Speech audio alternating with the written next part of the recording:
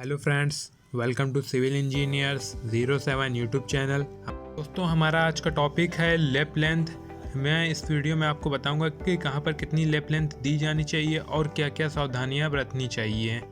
चलिए दोस्तों, मैं अपने टॉपिक की ओर आता हूं। What is a lap length?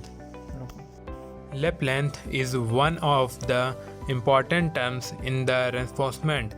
Lapping can be defined as the overlapping of two bars side by side to up to the design length. It is the length of overlap of bar required to safely transfer stress from the one body to another. तो जैसा कि हम जानते हैं, जब कोई ऊंची building या कोई होटल बनता है तो उसमें कंटिन्यूअस बीम और कंटिन्यूअस कॉलम प्रोवाइड किए जाते हैं। कि हम जानते हैं कि एक बार की लेंथ 12 मीटर होती है। इन बीम और कॉलम की कंटिन्यूटी को मेंटेन करने के लिए लैप दिया जाता है। लैप इसलिए दिया जाता है कि जो ऊपर से लोड आए वो नीचे की ओर एक उससे दूसरे में ट्रांसफ़र होता चले जाए। तो जहाँ पर ये स्टील रॉड्स आपस में जॉइंट होती हैं उस लेंथ को लैप लेंथ कहते हैं। What are overlap length for column, beam and slab? ये यहाँ पर कॉलम के लिए मैं पहले बात करूँगा। तो कॉलम के लिए ये जो लैप लेंथ डिपेंड करती है ग्रेड ऑफ स्टील और ग्रेड ऑफ कंक्रीट पर डिपेंड करती है। इसलिए ये फिक्स नहीं होता कि यहाँ पर कितना लैप लेंथ लेना चाहिए।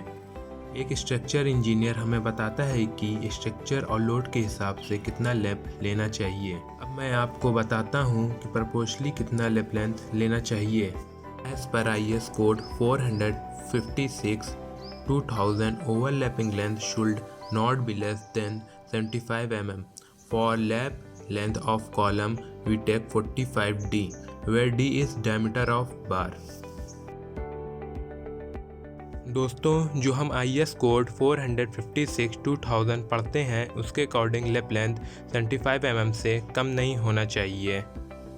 दोस्तों, मैंने कई जगह देखा है प्रैक्टिकली कि लैप लेंथ स्ट्रक्चर और लोड के अकॉर्डिंग अलग अलग लिया जाता है। दोस्तों, मैंने आपको पहले भी बताया है कि lap length grade of concrete और ग्रेड ऑफ स्टील पर डिपेंड करता है, तो इसलिए मोस्टली 45D लेकर हम लैप लेंथ निकालते हैं। दोस्तों, lapping should B provide at the centre of the column, यानी कि हमें ध्यान देना चाहिए कि लैपिंग कहाँ पर देना है। दोस्तों, लैपिंग हमें कॉलम के सेंटर में देना चाहिए। जैसे कि यहाँ पर मैंने एक कॉलम का एग्जांपल दिया है जिसकी फुल लेंथ L है, तो यहाँ पर हमें लैपिंग देने के लिए L/4 ऊपर से और L/4 नीचे से एरिया निकाल लेंगे। उसके बाद का बीच का जो एरिया आएगा उसे हम लैपिंग जोन कहते हैं, तो वहाँ पर हम लैपिंग प्रोवाइड करते हैं। फॉर एग्ज़ाम्पल, किसी कॉलम की लेंथ 4 मीटर है तो उससे हमने 4 भागों में बांट दिया, तो हमारी जो लैपिंग लेंथ आएगी वो होगी 2 मीटर, क्योंकि 1 मीटर ऊपर 1 मीटर नीचे, तो हमारा लैपिंग जोन एरिया आ जाएगा 2 मीटर।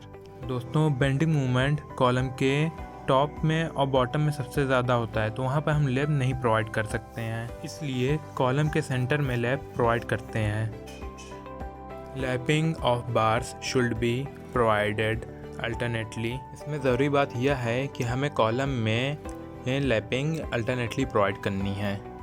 इसका मतलब कॉलम में जो वर्टिकल बार्स खड़ी हैं उनमें जो लैपिंग जो करानी है वो एक जगह पर नहीं करानी है, उसे डिफरेंट जगह पर करानी है। इसका मतलब जैसे कि पहली बार की जहाँ पर हमने लैपिंग प्रोवाइड किया है तो उसके बगल में जो सेकंड बार होगी तो उसकी लैपिंग हमें उस पहली वाली बार से ऊपर या नीचे की ओर प्रोवाइड करनी है, सेम जगह पर लैपिंग प्रोवाइड नहीं करनी है। अगर हम कॉलम में लैपिंग एक ही जगह पर प्रोवाइड कर देंगे तो वहाँ पर कॉलम के बेंट होने की संभावना बहुत ज़्यादा हो जाती है, तो वहाँ पर हम लैपिंग प्रोवाइड नहीं करेंगे एक ही जगह पर।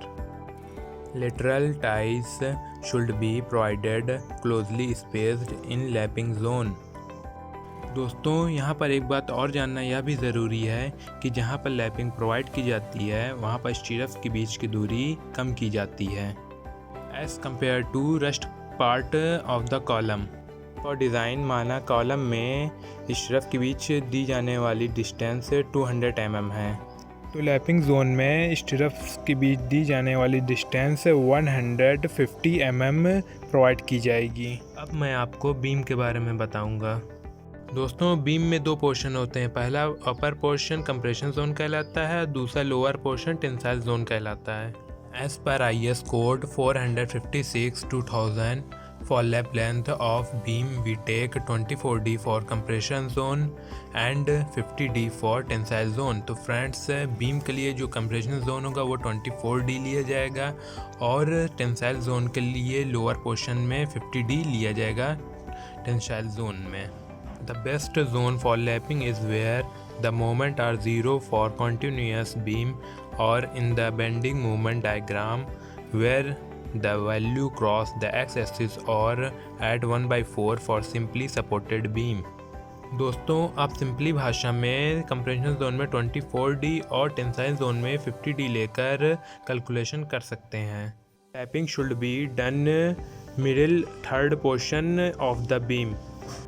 दोस्तों हमें इस बात का ध्यान रखना चाहिए कि लैपिंग कभी भी बीम के मिडिल पोर्शन में नहीं देना चाहिए, क्योंकि बीम के मिडिल पोर्शन में बेंडिंग मोमेंट मैक्सिमम होता है, इसलिए वहाँ पर हमें लैप नहीं प्रोवाइड करना होता है। तो दोस्तों हम लैपिंग कहाँ पर प्रोवाइड करेंगे, तो वो जगह हमारी है कॉलम और बीम जहाँ पर आपस में मिलते हैं, जिसे हम कॉलम बीम जंक्शन भी कहते हैं, वहाँ पर हम लैपिंग प्रोवाइड करेंगे। अगर हम किसी कारण से अगर लैपिंग कॉलम और बीम के जंक्शन पर प्रोवाइड नहीं कर पा रहे हैं तो कॉलम के फेस से L/4 एरिया में कहीं पर भी हम लैपिंग प्रोवाइड कर सकते हैं। यहाँ पर L जो है हमारा वो इफेक्टिव लेंथ ऑफ बीम होगा, लेकिन हम बीम के सेंटर में लैपिंग प्रोवाइड नहीं कर सकते हैं। Rings should be closely spaced at lapping zone. Lapping of bars should at alternate. यानी कि दोस्तों कॉलम की तरह बीम में लैपिंग जोन में स्ट्रैप्स के बीच की दूरी कम दी जाती है as compare to other part. Lapping of bar should be alternate. दोस्तों कॉलम की तरह बीम में भी लैपिंग अल्टरनेट प्रोवाइड करना चाहिए। यदि एक बार में लैप प्रोवाइड की जा रही है तो उसकी अगली बार में लैप आगे पीछे थोड़ा कर प्रोवाइड की जाती है, एक जगह पर नहीं की जाती है एक सीक्वेंस में। दोस्तों अगर किसी बीम में 4 बार्स प्रोवाइड की गई हैं तो उसमें हमें जो लैपिंग प्रोवाइड करनी होगी वो पहले कॉलम बीम जंक्शन में 2 लैपिंग और दूसरे कॉलम बीम जंक्शन में 2 लैपिंग प्रोवाइड करेंगे, एक में 2-2 करेंगे, एक साथ 4 हम नहीं कर सकते या 3 नहीं कर सकते। दोस्तों अब मैं आपको स्लैब के बारे में बताना चाहूँगा। For lap length of slab we take 60D where D diameter of bar. Perfect lapping must be zone of zero bending moment और where tension is low. Lapping should be provided at the point of contraflexure. यानी दोस्तों जहाँ पर कंट्राफ्रैक्चर point होता है वहाँ पर tension लो होता है और बेंडिंग मोमेंट भी वहाँ पर ज़ीरो होता है, तो वहाँ पर हम लैपिंग प्रोवाइड करते हैं। तो दोस्तों हमारे ये कुछ बेसिक पॉइंट थे लैपिंग को लेकर कि कहाँ पर हमें कितना लैपिंग प्रोवाइड करना है। तो इस पॉइंट से हम स्लैब बीम और कॉलम में कहाँ पर कितना लैपिंग प्रोवाइड करना है ये हम बता सकते हैं। आई होप फ्रेंड्स आपको ये वीडियो अच्छी लगी हो, तो इस वीडियो को लाइक करें और किसी भी तरह की अगर कोई प्रॉब्लम हो तो कमेंट बॉक्स में आप हमसे पूछ सकते हैं। और हमारे सोशल मीडिया हैंडल अकाउंट्स की लिंक डिस्क्रिप्शन में है और हमारे यूट्यूब चैनल को सब्सक्राइब करना ना भूलें तथा साथ में बेल आइकन भी दबा दें।